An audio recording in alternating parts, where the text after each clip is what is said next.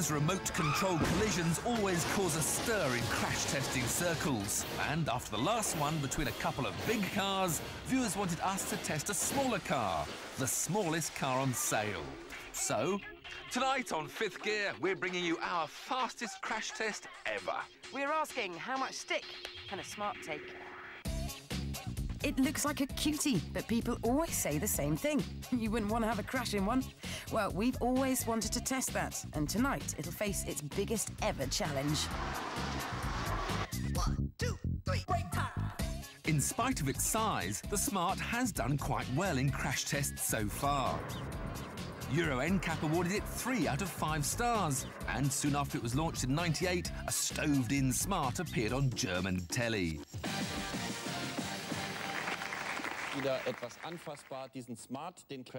It was deemed the safest of 5 small cars tested at 40 miles an hour into a deformable barrier. Last year, insurance companies Decra and Winterthur upped the ante and fired a Smart into another car. The green Fiat Seicento's roof sickeningly creased under the strain, severely reducing the survival area. The orange Smart stayed intact, and its passengers would have sustained just minor injuries. But what if the Smart is a big car? Well, German car magazine Auto, Motor und Sport moved things on again and launched the Smart into a Mercedes S-Class. With both cars doing 30 miles an hour, the Smart punched a hole in the murk before bouncing away. Although landing on its side would have hindered a rescue attempt, the Smart was still pretty much in one piece.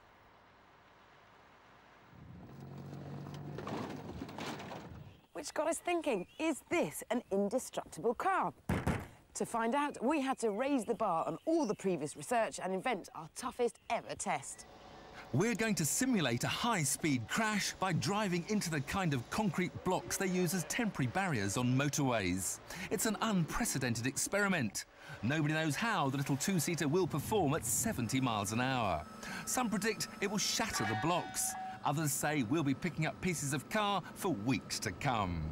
Join us later to see the results of Fifth Gear's fastest ever crash test.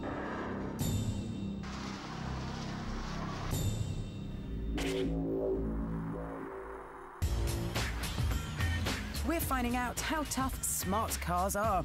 Intuitively, we think small cars are bad news in a crash because they don't have a long bonnet to act as an energy-absorbing crumple zone. The Smart gets round this by taking a different approach. The key to its defences is its so-called tritium safety cell, a rigid steel cage reinforced at key points. Smart describe it as the hard shell of a nut, with small but efficient crumple zones both at the front and at the rear. In theory, getting inside is like putting on a suit of armour.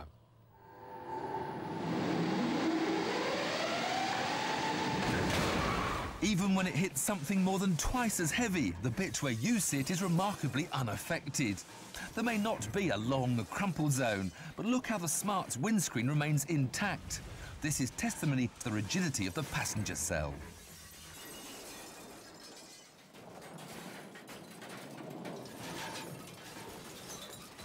The downside of the shell's rigidity is that there's a greater potential for the crash forces to be transmitted through to the passengers. Ideally, you want to slow them down as gently as possible. So you get seatbelt tensioners that stop you lurching forward violently, and they're fitted with force limiters that give you a bit of slack before they dig into your chest. The car's also fitted with a driver airbag, a passenger airbag, and a steering column that will retract out of the way in a crash to give you more room to slow down. That's the theory, but no one knows how the car will behave when it's crashed at 70 miles an hour, which is where we come in. We've enlisted the help of engineering guru Dr. James Brighton. His team have converted a Smart so that the brakes, steering and throttle can be operated via remote control. Dr. Kim Blackburn will guide the Smart from a chase car straight into 20 tonnes of concrete block. It'll be similar to losing control at 70 miles an hour and spearing off into the temporary barriers on a motorway. Surely now the Smart has met its match. Kim to James, 10 seconds. 10, 20, 30, 5, give me space, Great, thank you. 40. High.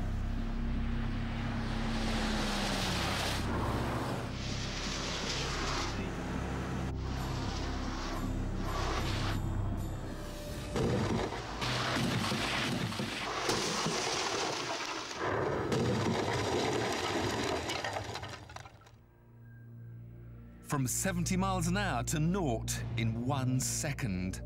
The little Smart hit with such energy that it moved 20 tons of concrete, leapt into the air and rebounded to the side of the road. We didn't know what we'd find when we reached the wreckage.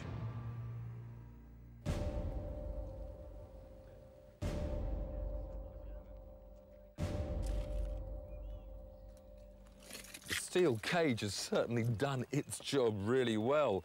You can still see the original shape, just that one nasty kink there. Don't forget, this is a car without a roof. The plastic was just shattered.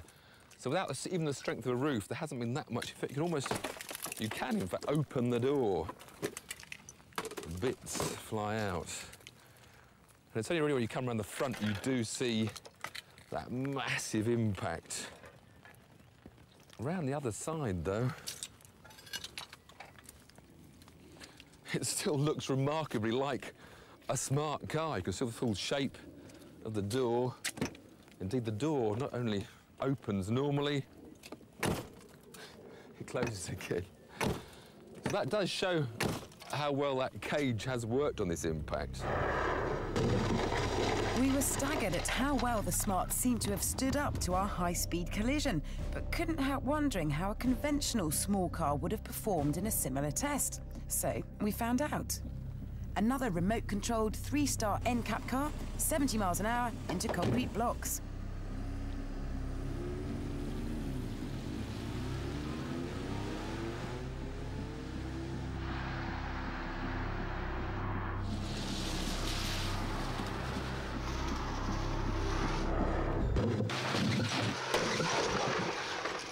Without a super stiff structure like the Smart's, you can see how this car's bodywork ripples as the shockwave dissipates. But again, the body looks remarkably intact, given the huge energy involved. Closer inspection revealed that there had been some intrusion into the footwell, but in comparison, the Smart looked to have suffered even more. Perhaps most surprising was the obvious energy-absorbing qualities of the concrete. The Corsa's greater mass moved the blocks more than the Smart, but in both cases, the concrete didn't necessarily deliver the killer blow you might have thought. But here's the rub. The cars may have stood up to the severity of the crash surprisingly well, but the humans inside wouldn't. No matter what you drive, rapidly decelerating from higher speeds is something your internal organs simply cannot cope with. The chilling truth is, the people inside both cars would have been very unlikely to have survived. So, how much stick can a Smart take? A lot. But that can't be said for its passengers.